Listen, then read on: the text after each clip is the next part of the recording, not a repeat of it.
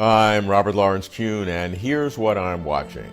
China's advent of the moderately prosperous society, and the central achievement of eradicating all extreme poverty by the end of this year, 2020. Those foreigners who may question President Xi Jinping's motives and goals may be surprised to learn that he considers poverty alleviation to be his most important task. It's his signature program. He's staking his political capital on its success. To appreciate Xi's driving motivation, one must understand the context of this special year, 2020, which has been long tapped to usher in the moderately prosperous society, the first of the two centenary goals that compose what Xi calls the great rejuvenation of the Chinese nation as the Chinese dream. The first centenary goal, the moderately prosperous society, reflects the fact that the CPC's 100th anniversary is in 2021.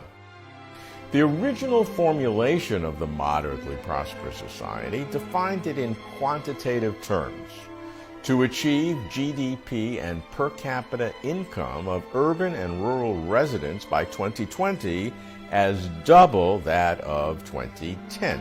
Fair enough, but Xi enhanced this definition by asserting that China could not claim to be a moderately prosperous society, no matter how high its GDP and income per capita became, if even one Chinese citizen remained in absolute or extreme poverty.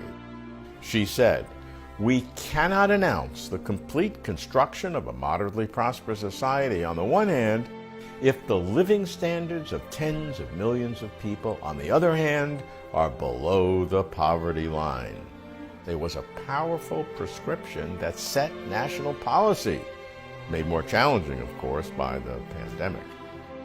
Whether because of geographic isolation in remote mountain villages, or because they didn't have sufficient education or jobs, or because they were old or infirm, no matter how much China's economy would grow, no matter how large China's GDP and income per capita would become, these intractably poor would remain intractably poor.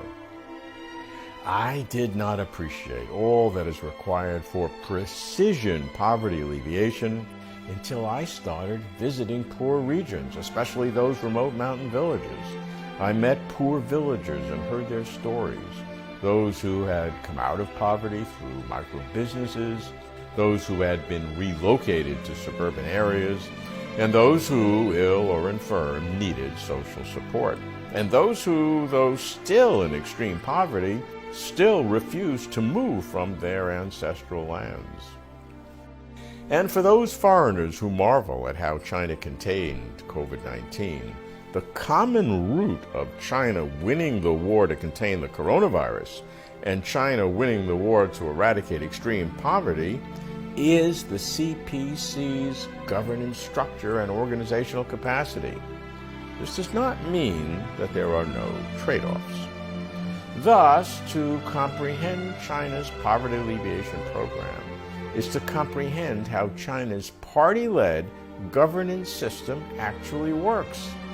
This is especially important at this time of heightened awareness of China's increasing role in international affairs and the increasing sensitivities to it. I'm keeping watch. I'm Robert Lawrence Kuhn.